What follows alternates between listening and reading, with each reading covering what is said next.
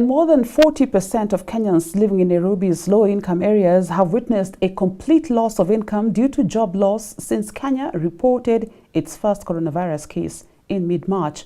According to a survey by TIFA Research, 43% of Kenyans lost their income, while 69% have had a reduction in earnings. The research, which used a sample size of 579 respondents, also found that 61% of Kenyans who reported reduced earnings due to the pandemic have resolved to slash their expenditure on food and drinks more than any other type of purchases or payments. Respondents in the survey also said that they have sharply curtailed spending on rent, clothing, entertainment and transportation. Our reporter Joseph Maingi has more. A new survey by Trend Insight Africa TIFA Research on coronavirus has revealed that 67% of Kenyans have reduced income, while 43% of this have lost it completely. In the research conducted from a total sample of 579 respondents, 61% of Kenyans have reported reduced earnings due to the pandemic, having slashed the expenditure on food and drinks than any other type of purchase or payment. The respondent further reported a sharp decrease in spending on rent, clothing, entertainment and transportation. 42% of these expressed fear that hunger could hit many Kenyans in the future if this crisis persisted. Among all the respondents, more than 4/5 of these said that COVID-19 has had a great impact on their daily lives. 94% of Kenyans have also reduced their spending on food and drinks, with 6% of them being able to save something during the 3 months from when the first COVID-19 case was reported in mid-March. According to the survey, 54% of Kenyans in these areas are unemployed, with 31% of this having lost their jobs during the global pandemic crisis. The respondents who have been earning prior to the health crisis, almost all of them at 96%, reported that they are now earning either very little or nothing from what they've been getting before March when the outbreak was reported in Kenya. The country has now recorded over 6,000 cases, with the peak of COVID-19 being projected between the months of August and September. Repayments of loans to banks and other lending institutions is a less concern to many Kenyans, with a majority of them choosing to default or either enter into agreements with their respectful lenders to utilize the resources available in meeting their daily needs. The dusk to dawn curfew that is currently being enforced in the country and the inter-county restrictions movement in the counties of Nairobi, Mombasa and Mandera were also cited in the report to have immensely contributed to the deteriorating economic situation in the country. Many Kenyans are expecting President Uhuru Kenyatta in the next week to issue further directions on the country's containment measures following the expiry of the curfew and the cessation of movements in these regions. Now, as the numbers continue to surge, Kenyans can only be optimistic that the country's economy will get back to its positive trajectory soon. For Hope TV News Watch, I'm Joseph Maingi. And the Steering Committee on the Implementation of the Building Bridges Initiative report now says that it is now prepared to submit its comprehensive report to President Uhuru Kenyatta and his handshake partner Raila Odinga. This is after reports indicated that the 14-member team led by Garissa Senator Yusuf Haji had sought an extension of at least a month to enable them iron out key contentious issues on the structure of governance. The team's mandate came to an end Tuesday and was to present its report to President Kenyatta and Odinga. The team, in a statement now, says that it has since communicated the completion of its assignment to President Uhuru Kenyatta.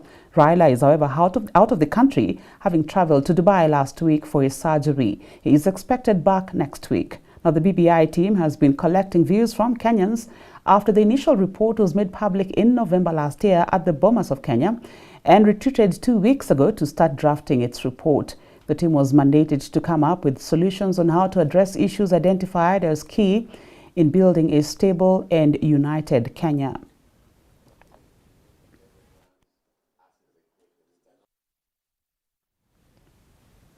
Nakuru County Governor Lee Kinyanjui says he will not be cowed by members of the County Assembly who are now threatening to impeach him over alleged improper procurement practices.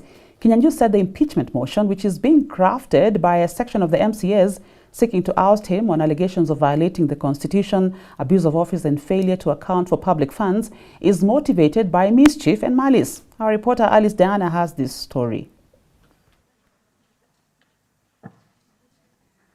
As the country continues to focus on the fight against coronavirus, members of County Assembly are seemingly focusing on impeachment motions. Even as the planned impeachment motion against Governor Charity Ngilu continues in Kitui, already a section of MCAs in Nakuru County are crafting an impeachment motion to oust Governor Lee Kinyanjui over alleged improper procurement practices. Governor Kinyanjui, who is serving his first term under the Jubilee Party ticket, has dismissed the threat, saying the upsurge in impeachment motions across the country threatens to kill devolution by disrupting service delivery. We are in office courtesy of the people who elected us, and our responsibility is to safeguard public interests. Consequently, we cannot and shall not give in to any attempts to untwist the executive to do that which the law does not allow. Kinyanjui also serves as the Council of Governors chairman to the Urban Planning, Housing, Development, Lands, Infrastructure and Energy Committee. He says there is an urgent need to review the impeachment process on issues to do with public participation, timeliness and threshold, among others, as MCAs harboring hidden political motives were exploiting and abusing the loopholes to hold governors at ransom. He challenged the MCAs to provide any evidence linking him to irregular practices, adding that he was ready to defend himself against the allegations before the County Assembly and the Senate. This idea of the assemblies across the country putting certain demands, and unless you do them, you're impeached. I think this is a time when the nation needs to have a very sober conversation as to what oversight is, because we think we are going overboard. And for those who think that that stick can work, it can work elsewhere, but not here in Nakuru. A report which the governor said he has not read accuses the procurement department of undermining the authority of the County Assembly and conflict of interest in awarding county tenders. The MCAs are said to be demanding overhaul of the department and a probe by independent bodies, even as the governor insists that his administration does not condone corruption and malpractices. That the procurement function is a function of the executive, and that the Assembly has no role in procurement unless there is a malpractice. If there's a malpractice, it's the responsibility of the Assembly to come up with very clear areas that require redress. Other governors facing impeachment threats over alleged corruption and abuse of office are Charity Ngilu of Kitui, Salim Vuria of Kwale, Mohamed Kuti of Isiolo, Wycliffe Wangamati of Bungoma, and Patrick Khaemba of Trans Nzoia. On Friday last week, the Senate saved Kirinyaga Governor Anne Waiguru after she was impeached by the County Assembly. On Monday, Council of Governors Chairman Wycliffe Oparanya and Devolution Cabinet Secretary Eugene Wamalwa urged county assemblies to shelve impeachment plans on governors and instead refocus their energies on helping in the fight against coronavirus. Reporting for Hope TV Newswatch, I'm Alice Diana.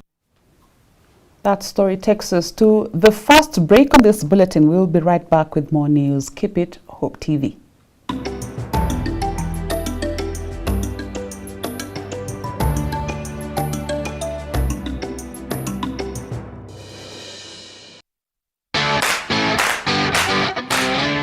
Top imerudi tena na ina ladha tamu wa kuchangamsha wa ladha ya machungwa, tropical, apple, maembe na strawberry banana. Kaa salama na ufurahie ladha ya kipekee ya Tree Top na familia yako. Tree Top, you can't beat this taste.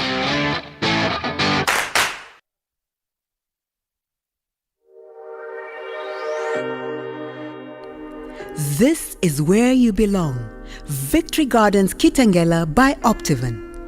This gated community is fully developed, filled with ultra-modern value additions such as Maram roads, electricity, solar street lighting, water, 24/7 security, and trees planted in every plot. Victory Gardens is close to high-end international schools, banks, shopping malls, hospitals, and much more. This is a masterpiece project. Invest in value. Call us today on 0702 8310 83 or visit www.optiven.co.ke. Optiven, celebrating 20 years of serving you. Experience the difference. Some of the things that you despise about yourself the most are the things that God wants to use if you'll just let Him. Have you got the desire to apply God's word practically in your life? You can go on a vacation, but if you're worried the whole time, then you're not at rest. Or the need to enjoy life through God's word? The only way that we can maintain that rest is through simply believing God. Join Joyce Meyer every Wednesday through Friday for an uplifting and insightful Bible teaching. You know, if you give God time, He'll speak to you. He'll show you things, but it takes time. Time with God. Keep it Hope TV, where you look and live.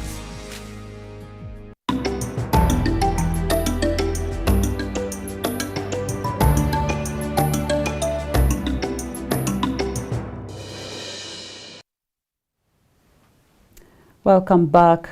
President Uhuru Kenyatta has commended the Nairobi Metropolitan Service NMS for its efforts in improving service delivery in Nairobi and its catchment. The president expressed satisfaction with the progress made by NMS in implementing the directives he gave to the new agency at its launch on the 18th of March this year. He spoke today at Harambee House in Nairobi when he received the 100 Days Performance Report by the NMS. At the ceremony, also attended by Nairobi Senator Johnson Sakaja, the president challenged NMS to work towards making Nairobi a model city.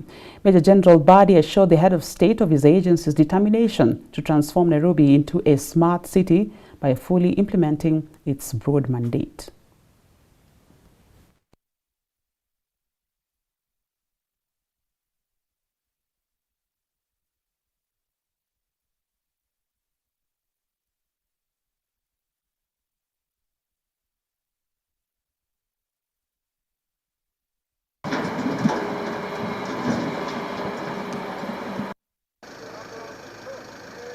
Further, you directed we clear a backlog of 4,400 development applications that had accumulated as backlog by the time NMS took over due to corruption cartels at City Hall. I'm happy to report to you, sir, that the 100% of the development applications for submitted have been approved. NMS future aspiration in this strictly, Your Excellency, is to make Nairobi a smart city through generation of power using waste garbage. Chief Justice David Maraga now wants the Director of Public Prosecutions to authenticate the documents presented in court by one Mary Kwamboka, who says that she had a child with him. Through lawyer Danstan Omari, the CJ has claimed that the state is behind the allegations by the woman. Now, the woman was captured on video screaming outside the Milimani law courts and displaying alleged documents purporting to have a 6-year-old child with the Chief Justice, who has since neglected his responsibility to provide upkeep money.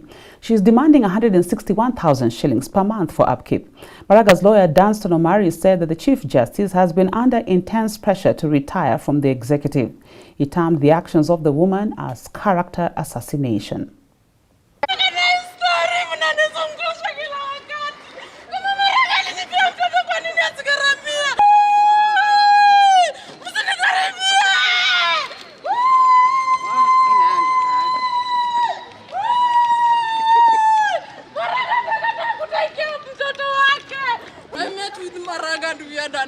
When? We've been friends from 2013.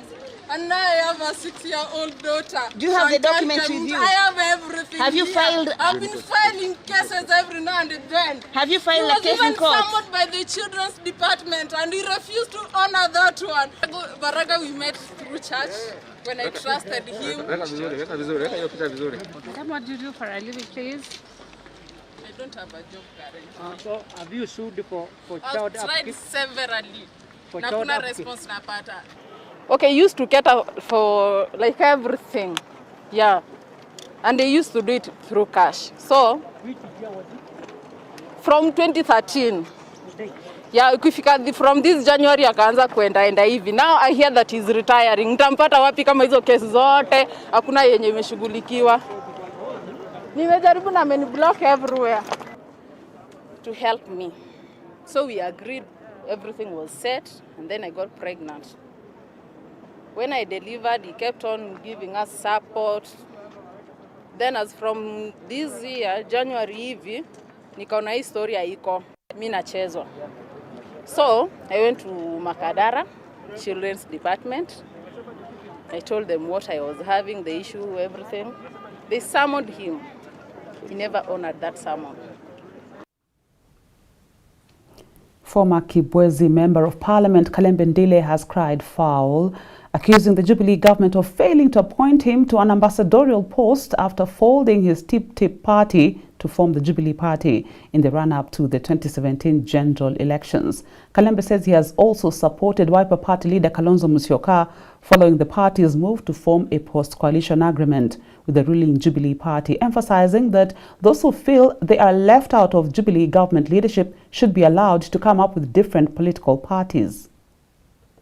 Mimi Kalembe Ndile sitaki kuonekana napeleka chama chenye tulipigania sana hivi cha Jubilee kotini, lakini nawapea muda. Tunawaangalia tu ikiwa watu hawatatuhusisha katika National Management Committee. Manake sisi tuko vyama 7 ambao hazihusishwi. Ford Kenya ambao ilikuwa na Eugene Wamalwa, New Ford Kenya wako serikalini katikati. Na wengine wengi ambao wale na URP wako kwa serikali, wako kwa stage ndio number 2 na TNA ndio sasa president. Kwa hivyo unaona kuna vyama vingine ambao ziliwachwa nyuma. Na nimeona si mzuri tuende kotini tuonekane ni kama tunapigana kichama, lakini ukienda kotini kuna kipengele kinasema wale ambao tulivote vyama vyetu kuna mahali tunafaa tukue. 5 people who had tested positive for COVID-19 in Kisii County have turned negative after another test was done on them, therefore making the county coronavirus-free. Governor James Ongwae has since urged residents in Kisii County to continue adhering to the Ministry of Health guidelines to keep off the virus. Ongwae was speaking when he commissioned the distribution exercise of 600,000 face masks funded by the Kisii County government. The locally produced masks by the EPZ company Kenya are to be distributed on a pro-rata basis, with each of the 45 wards receiving 10,000 each. The governor has further assented to the 2020-2021 Kisii County Finance Bill of 12.7 billion shillings, as he maintains that his main focus is on the health sector, which accounts for 40% of the total budget. This is a contribution of the members of the County Assembly. They went to their budget, and during the supplementary they say themselves they are removing money from their budget so that they can also contribute to the COVID-19. Situwapigie makofi. I think it's probably one of the very, very few county assemblies that raided their budget in order to support COVID-19. But because they could not do the procurement, they said we put that money in the executive so that the executive can then do what they best do, because they are allowed to go into operations and so on. So we have bought these masks for them, but the money is actually from their own budget for this year 2019-2020, which they put in the supplement. We have also given resources to our youth polytechnics, especially Nyaore. They are in the process of doing over 100,000 face masks. Those face masks, once finalized by the youth polytechnic, will also be distributed. The government has formed a special committee to address the education crisis facing learners in Tana Delta, Tana River County, after it emerged that about 1,000 learners are unable to attend radio classes due to floods and early marriages. The team, composed of education stakeholders, has sought the help of Garsen MP Ali Wario to assist in reconstructing schools and pay BOM teachers to sustain themselves during the COVID-19 pandemic ahead of schools reopening. Kitchen.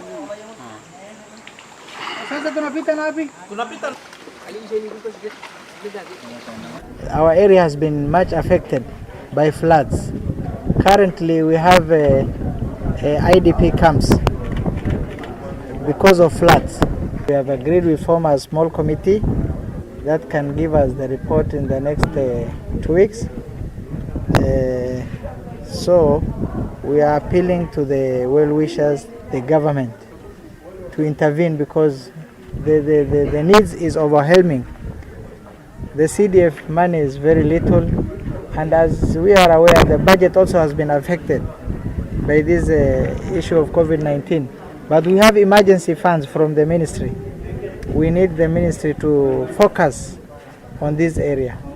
We discussed the welfare of maybe the BOM teachers and maybe other workers in our schools, because they have families and the school have little resources to pay or to cater for their salaries. Let's take another short commercial break. We will be back with business news.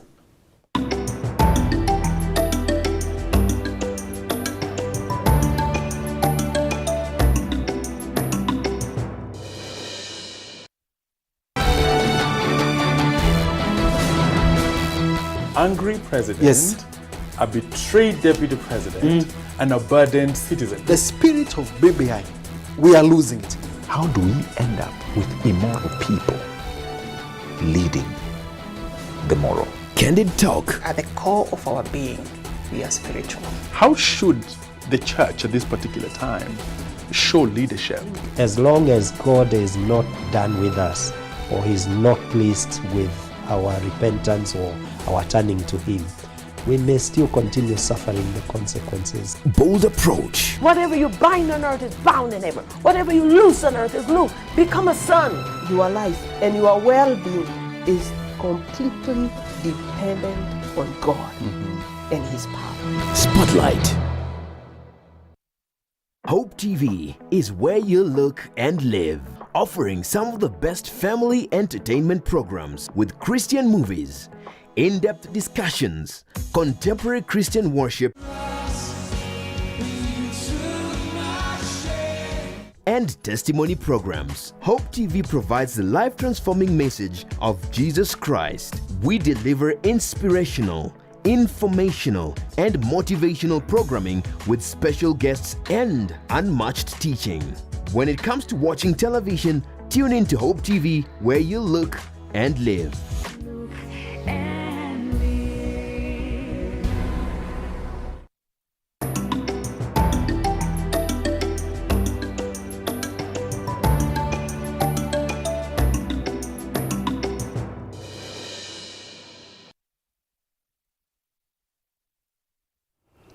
A look at business news now. President Uhuru Kenyatta has this evening at State House, Nairobi, signed into law the 2020-2021 budget, the 2020 finance bill, and the 2019-2020 third supplementary budget. The 3.2 trillion shilling 2020-2021 budget contains a 56.6 billion shilling post-COVID-19 economic stimulus package and an allocation of 128.3 billion shillings to the government's Big Four agenda.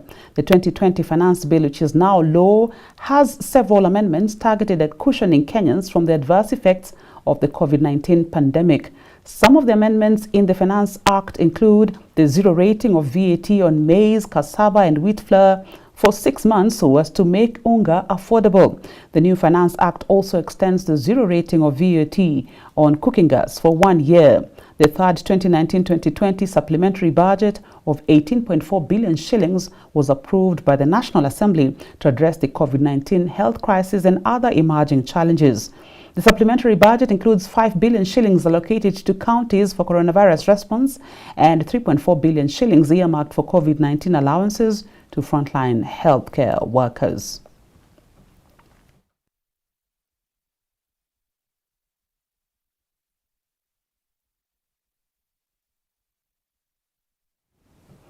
The Kenya Bureau of Standards (KEB) says manufacturers applying for the standardization mark SM will now be issued with a permit valid for 2 years and accessible electronically beginning the 1st of July 2020.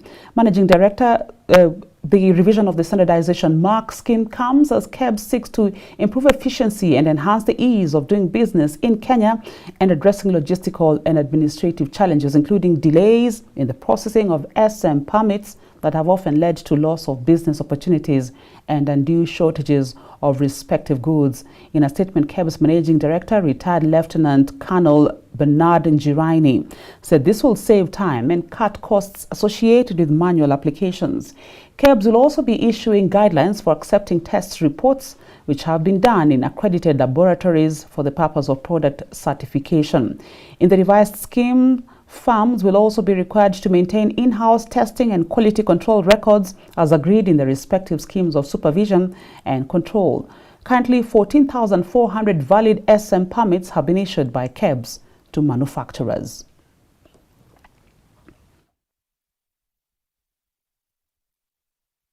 And RHOMBUS Construction, a company that offers products and solutions to satisfy their construction needs, has renewed its commitment in providing automated construction equipment in the country. Speaking in Nairobi during a handover ceremony where RHOMBUS Concrete received concrete machinery worth over 200 million shillings, RHOMBUS Construction Director Kinyanjui Kokoriko said the newest acquired concrete machinery will help in delivering automated construction solutions, coupled with timely delivery of concrete in the country's major construction sites. According to Peter Mwangi, the RHOMBUS Sales Operations Manager, the company has banked on the latest technology in construction and enabling creation of sustainable value by providing industry-leading products and solutions to satisfy the construction needs of their customers. When we started off in the year 2015, we were doing 1,000 cubics per month, but we've grown the market. We are currently doing 15,000 in a month, and we project to be closing the year at 20,000 per month. That's why we've increased our fleet, so we are able to meet our customers' needs efficiently. We realized you cannot grow the construction industry by using the old ways of doing business. So basically our work here is to support our clients to acquire and use modern ways of doing business in construction industry.